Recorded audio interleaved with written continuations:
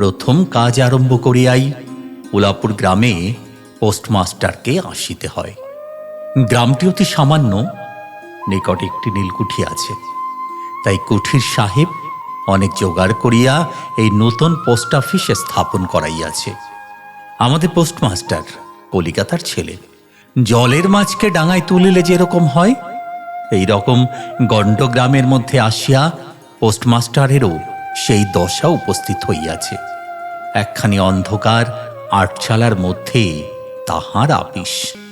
অদূরে একটি পানাপুকুর এবং তাহার চারিপারে জঙ্গল। কোটির গোমস্তা প্রভৃতি যে সকল কর্মচারী আছে, তাহাদের ফুসরত প্রায় নাই, এবং তাহারা ভদ্রলোকের সহিত মিশিবার উপযুক্ত নহে। বিশেষত কলিকাতার ছেলে ভালো করিয়া মিশিতে জানে না। অপরিচিত স্থানে গেলে হয় উদ্ধত হয়, নইলে অপ্রতিভ হইয়া থাকে। এই কারণে স্থানীয় লোকের সহিত তাহার মেলামেশা হইয়া ওঠে না। অথচ হাতে কাজ অধিক নাই, কখনো কখনো দুটো একটা কবিতা লিখিতে চেষ্টা করেন। তাহাতে এমন ভাব ব্যক্ত করিয়াছেন যে সমস্ত দিন তরুপল্লবের কম্পন এবং আকাশের মেঘ দেখিয়া জীবন বড় সুখে কাটিয়া যায়।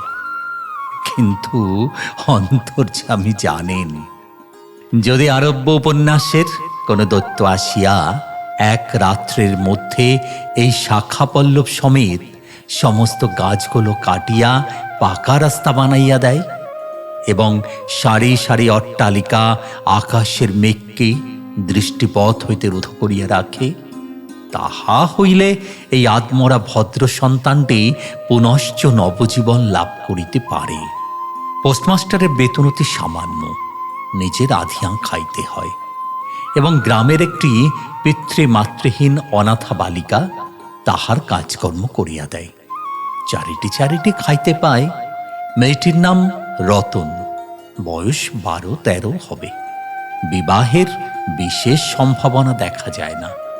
সন্ধ্যার সময় যখন গ্রামের গোয়ালঘর হইতে ধূমকুণ্ডলায়িত হইয়া উঠিত, ঝোপে ঝোপে ঝিল্লি ডাকিত, দূরে গ্রামের নেশাখোর বাউলের দল খোল করতাল বাজাইয়া উচ্চস্বরে গান জুড়িয়া দিত, যখন অন্ধকার দাওয়ায় একলা বসিয়া গাছের কম্পন দেখিলে কবি হৃদয়েও ঈষৎ হৃৎকম্পন উপস্থিত হইত, তখন ঘরের কোণে একটি ক্ষীণ শিখা প্রদীপ জ্বালিয়া পোস্টমাস্টার ডাকিতেন, রতন, রতন।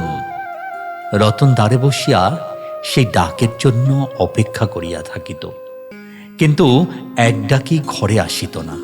বলিত, কি গা বাবু, কেন ডাকছ? পোস্টমাস্টার বললেন, তুই কি করছিস? রতন বলে, এখনই চুলও দাঁড়াতে যেতে হবে গো হেসেলের। পোস্টমাস্টার বলেন, তোর হেসেলের কাজ পরে হবে, এখন একবার তামাকটা সেজে দে তো। অনতি বিলম্বে দুটি গাল ফুলাইয়া কলিকায় ফু দিতে দিতে রতনের প্রবেশ। হাত হইতে কলিকাটি লইয়া পোস্টমাস্টার ফস করিয়া জিজ্ঞাসা করেন, আচ্ছা রতন, তোর মাকে মনে পড়ে? কতক মনে পড়ে। মায়ের চেয়ে বাপ তাহাকে বেশি ভালোবাসিত। বাপকে অল্প অল্প মনে আছে। পরিশ্রম করিয়া বাপ সন্ধ্যাবেলায় ঘরে ফিরিয়া আসিত, তাহারই মধ্যে দৈবাত দুটি একটি সন্ধ্যা তাহার মনে পরিষ্কার ছবির মতন অঙ্কিত আছে। এই কথা হইতে হইতেই ক্রমে রতন পোস্টমাস্টারের পায়ের কাছে মাটির উপর বসিয়া পড়িত। মনে পড়িত তাহার একটি ছোট ভাই ছিল।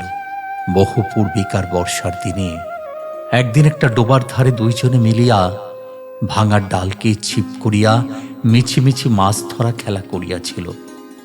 অনেক গুরুতর ঘটনার চেয়ে সেই কথাটাই তাহার মনে বেশি উদয় হইত। এইরূপ কথা প্রসঙ্গে মাঝে মাঝে বেশি রাত হইয়া যাইত। তখন আলস্যক্রমে পোস্টমাস্টারের আর রাঁধিতে ইচ্ছা করিত না। সকালের বাসি ব্যঞ্জন থাকিত। রতন তাড়াতাড়ি উনুন ধরাইয়া খান কয়েক রুটি সেকিয়া আনিত। তাহাতেই উভয়ের রাত্রের আহার চলিয়া যাইত। এক একদিন সন্ধ্যাবেলায় সে বৃহৎ আটচালার কোণে আপিসের কাঠের চৌকির উপরে বসিয়া পোস্টমাস্টারও নিজের ঘরের কথা পারিতেন, ছোট ভাই, মা এবং দিদির কথা। প্রবাসী একলা ঘরে বসিয়া যাহাদের জন্য হৃদয়ে ব্যথিত হইয়া উঠিত তাহাদের কথা, যে সকল কথা সর্বদাই মনে উদয় হয়, অথচ নীলকুঠির গোমস্তাদের কাছে যাহা কোনো মতেই উত্থাপন করা যায় না, সেই কথা একটি অশিক্ষিত ক্ষুদ্র বালিকাকে বলিয়া যাইতেন। কিছুমাত্র অসংগত মনে হইত না। অবশেষে এমন হইল, বালিকা কথোপকথনকালে তাহার ঘরের লোকদিগকে মা, দিদি, দাদা বলিয়া চিরপরিচিতের ন্যায় উল্লেখ করিত। এমনকি তাহার ক্ষুদ্র হৃদয়পটেই বালিকা তাহাদের কাল্পনিক মূর্তিও চিত্রিত করিয়া লইয়াছিল। একদিন বর্ষাকালে মেঘমুক্ত দিব্যহরে ঈষৎ তপ্ত সুকোমল বাতাস দিতেছিল। রৌদ্রে ভিজা ঘাস এবং গাছপালা হইতে এক প্রকার গন্ধ উত্থিত হইতেছিল। মনে হইতেছিল যেন ক্লান্ত ধরণীর উষ্ণ নিঃশ্বাস গায়ের উপরে আসিয়া লাগিতেছে, এবং কোথাকার এক নাছোড়বান্দা পাখি তাহার একটানা সুরে নালিশ সমস্ত দুপুরবেলা প্রকৃতির দরবারে অত্যন্ত করুণ স্বরে বারবার আবৃত্তি করিতেছিল। পোস্টমাস্টারের হাতে কাজ ছিল না। সেদিনকার বৃষ্টি ধৌত মসৃণ চিকন তরুপল্লবের হিল্লোল এবং পরাভূত বর্ষার ভগ্নাবশিষ্ট রৌদ্র শুভ্র স্তূপাকার মেঘস্তর বাস্তবিকই দেখিবার বিষয় ছিল। পোস্টমাস্টার তাহা দেখিতেছিলেন এবং ভাবিতেছিলেন। এই সময়ে কাছে একটি কেহ নিতান্ত আপনার লোক থাকিত, হৃদয়ের সহিত একান্ত সংলগ্ন একটি স্নেহপুত্তলী মানব মূর্তি।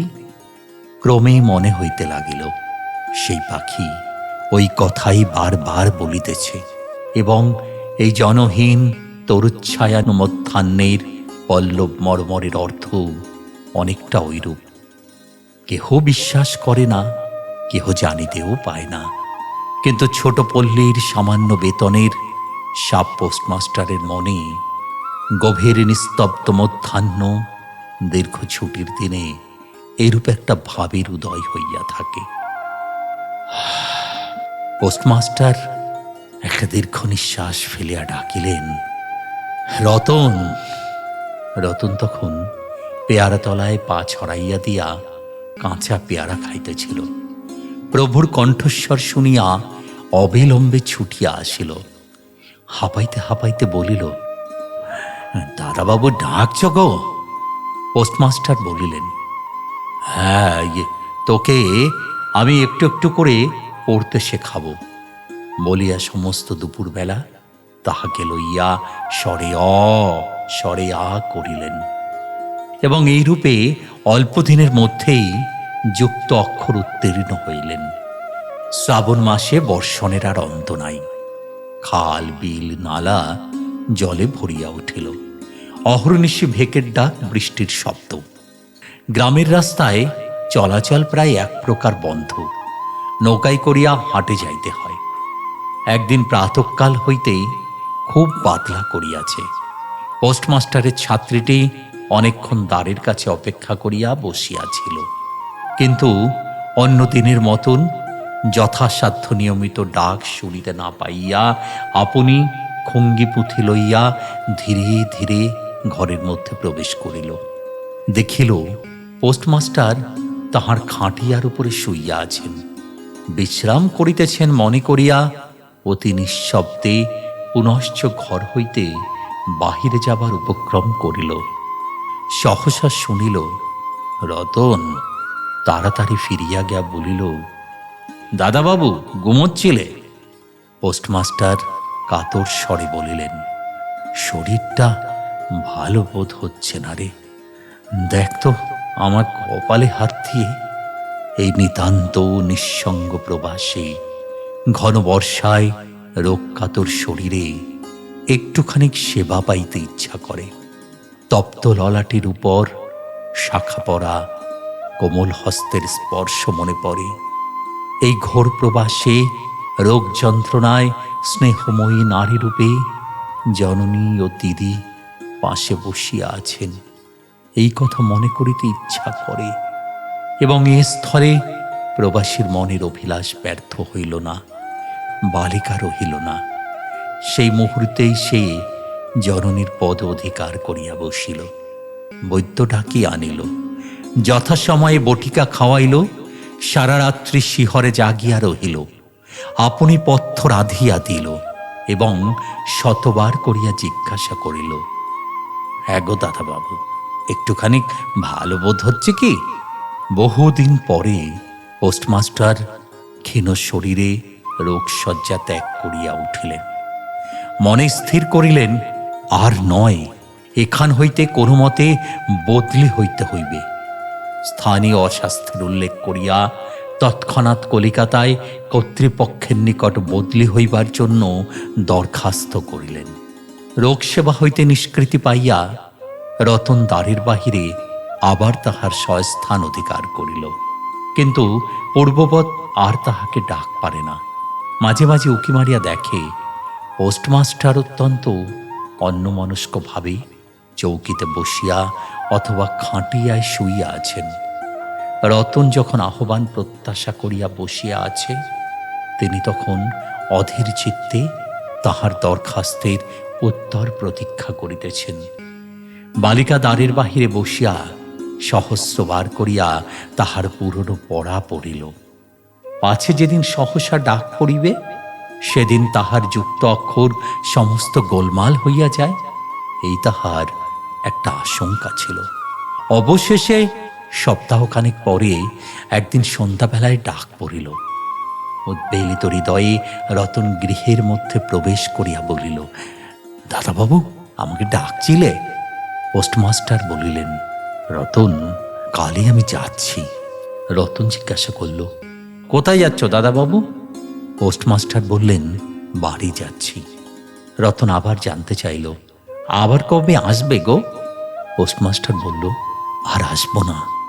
রতন আর কোনো কথা জিজ্ঞাসা করিল না। পোস্টমাস্টার আপনি তাহাকে বলিল, তিনি বদলির জন্য দরখাস্ত করিয়াছিলেন, দরখাস্ত নামঞ্জুর হইয়াছে, তাই তিনি কাজে জবাব দিয়া বাড়ি যাইতেছেন। অনেকক্ষণ আর কেহ কোনো কথা কহিল না। মিটমিট করিয়া প্রদীপ জ্বলিতে লাগিল এবং এক স্থানে ঘরের জীর্ণ চাল ভেদ করিয়া একটি মাটির সরার উপর টপ টপ করিয়া বৃষ্টির জল পড়িতে লাগিল। কিছুক্ষণ পর রতন আস্তে আস্তে উঠিয়া রান্নাঘরে রুটি গড়িতে গেলেন। অন্যদিনের মতো তেমন চটপট হইল না। মধ্যে মধ্যে মাথায় অনেক ভাবনা উদয় হইয়াছিল। পোস্টমাস্টারের আহার সমাপ্ত হইলে পর বালিকা তাকে জিজ্ঞাসা করিল, দাদাবাবু, আমাকে তোমাদের বাড়ি নিয়ে যাবে? পোস্টমাস্টার হাসিয়া কহিল, সে কি করে হবে? ব্যাপারটা যে কি কি কারণে অসম্ভব তাহা বালিকাকে বোঝানো আবশ্যক বোধ করিলেন না। সমস্ত রাত্রি স্বপ্নে এবং জাগরণে বালিকার কানে পোস্টমাস্টারের হাস্যধ্বনির কণ্ঠস্বর বাজিতে লাগিল। সে কি করে হবে? ভোরে উঠিয়া পোস্টমাস্টার দেখিলেন তাহার স্নানের জল ঠিক আছে।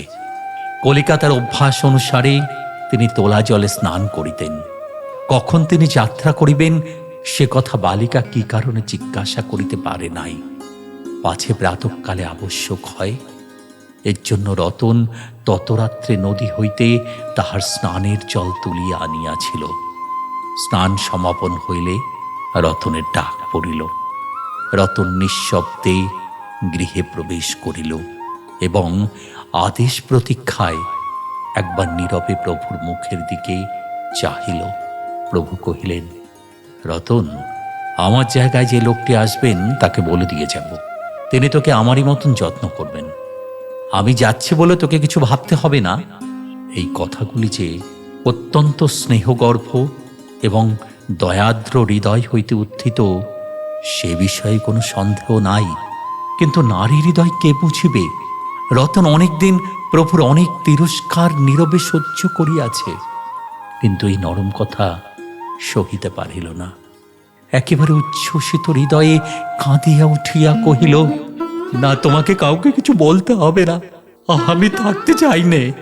পোস্টমাস্টার রতনের এরূপ ব্যবহার কোনোদিনও দেখেন নাই, তাই অবাক হইয়া রহিলেন। নতুন পোস্টমাস্টার আসিল, তাহাকে সমস্ত চার্জ বুঝাইয়া দিয়া পুরাতন পোস্টমাস্টার গমনোন্মুখ হইলেন। যাইবার সময় রতনকে ডাকিয়া বলিলেন, রতন, তোকে আমি কখনো কিছু দিতে পারিনি, আর যাবার সময় তোকে কিছু দিয়ে গেলাম, এতে তোর দিন কয়েক চলবে। কিছু পথ খরচ বাবদ তাহার বেতনে যত টাকা পাইয়াছিল পকেট হইতে বাহির করিলেন। তখন রতন ধুলায় পড়িয়া তাহার পা জড়াইয়া ধরিয়া কহিল, দাদাবাবু, তোমার দুটি পায়ে পড়ি, আমার জন্য কাউকে কিচ্ছু ভাবতে হবে না, বলিয়া এক দৌড়ে সেখান হইতে পলাইয়া গেল। ভূতপূর্ব পোস্টমাস্টার নিঃশ্বাস ফেলিয়া হাতে কার্পেটের ব্যাগ ঝুলাইয়া, কাঁধে ছাতা লইয়া, মোটের মাথায় নীল ও শ্বেতরেখায় চিত্রিত টিনের পেটরা তুলিয়া ধীরে ধীরে নৌকা অভিমুখে চলিলেন। যখন নৌকায় উঠিলেন এবং নৌকা ছাড়িয়া দিল, বর্ষা বিস্ফোরিত নদী ধরনের উচ্ছ্বলিত অশ্রুরাশির মতন চারিদিকে ছলছল করিতে লাগিল। তখন হৃদয়ের মধ্যে অত্যন্ত একটা বেদনা অনুভব করিতে লাগিল। একটি সামান্য গ্রাম্য বালিকার করুণ মুখচ্ছবি যেন এক বিশ্বব্যাপী বৃহৎ বক্ত মর্ম ব্যথা প্রকাশ করিতে লাগিল। একবার নিতান্ত ইচ্ছা হইল ফিরিয়া যাই, জগতের ক্রোড়বিচ্যুত সেই অনাথিনীকে সঙ্গে করিয়া লইয়া আসি, কিন্তু তখন পালে বাতাস পাইয়াছে, বর্ষার স্রোত খরতর বেগে বহিতেছে, গ্রাম অতিক্রম করিয়া নদীকূলের শ্মশান দেখা দিয়াছে, এবং নদী প্রবাহের ভাসমান পথিকের উদাস হৃদয়ে এই তত্ত্বের উদয় হইল। জীবনে এমন কত বিচ্ছেদ, কত মৃত্যু আছে, ফিরিয়া ফল কি, পৃথিবীতে কে কাহার? কিন্তু রতনের মনে কোনো তত্ত্বের উদয় হইল না। সে সেই পোস্ট অফিসের গৃহের চারিদিকে কেবল অশ্রুজলে ভাসিয়া ঘুরিয়া ঘুরিয়া বেড়াইতেছিল। বোধ করি তাহার মনে ক্ষীণ আশা জাগিতেছিল, দাদাবাবু যদি ফিরিয়া আসে। সেই বন্ধনে পড়িয়া কিছুতেই দূরে যাইতে পারিতেছিল না। হায় বুদ্ধিহীন মানব হৃদয়, ভ্রান্তি কিছুতেই ঘোচে না। যুক্তিশাস্ত্রের বিধান বহু বিলম্বে মাথায় প্রবেশ করে। প্রবল প্রমাণকেও অবিশ্বাস করিয়া মিথ্যা আশাকে দুই বাহুপাশে বাঁধিয়া বুকের ভিতরে প্রাণপণে জড়াইয়া ধরা যায়। অবশেষে একদিন সমস্ত নাড়ি কাটিয়া হৃদয়ের রক্ত শুষিয়া সে পলায়ন করে। তখন চেতনা হয় এবং দ্বিতীয় ভ্রান্তি পাশে পড়িবার জন্য চিত্ত ব্যাকুল হইয়া ওঠে।